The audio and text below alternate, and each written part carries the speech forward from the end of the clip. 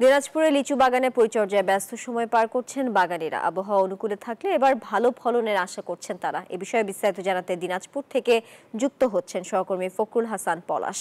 পলাশ, এবার কেমন ফলন আশা করছেন বাগানীরা, বিস্তারিত জানাবেন।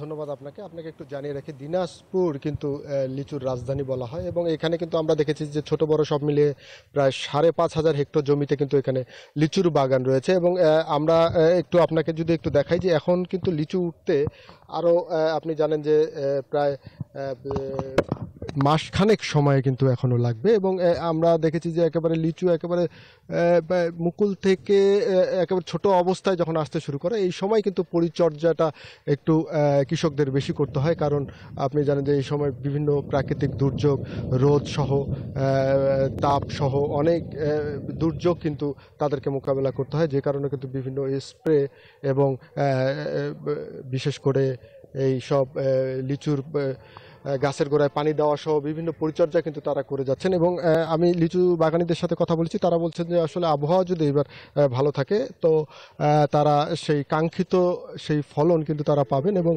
দিনাজপুরে আপনি জানেন যে প্রতি বছর কিন্তু এখানে কিন্তু 30 থেকে 35 হাজার মেট্রিক টন লিচু কিন্তু এখানে উৎপাদিত হয়।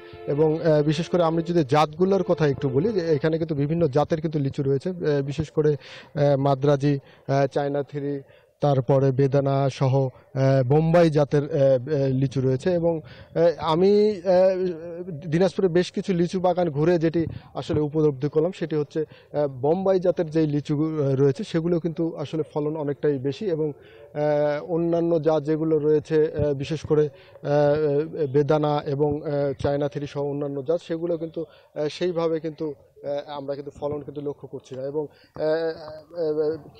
কৃষি সম্প্রসারণ অধিদপ্তরের পক্ষ থেকে কিন্তু এই বাগানীদের কিন্তু বিভিন্ন পরামর্শ দিয়ে যাচ্ছেন, যাতে করে তারা কিন্তু এই যতটুকু ফলন এসেছে সেটি রাখার চেষ্টা করে যাচ্ছেন। এবং কৃষি অফিস কিন্তু তাদেরকে বিভিন্ন পরামর্শ দিয়ে যাচ্ছেন। তো দিনাজপুর থেকে এই ছিল আমার কাছে লিচু নিয়ে সর্বশেষ।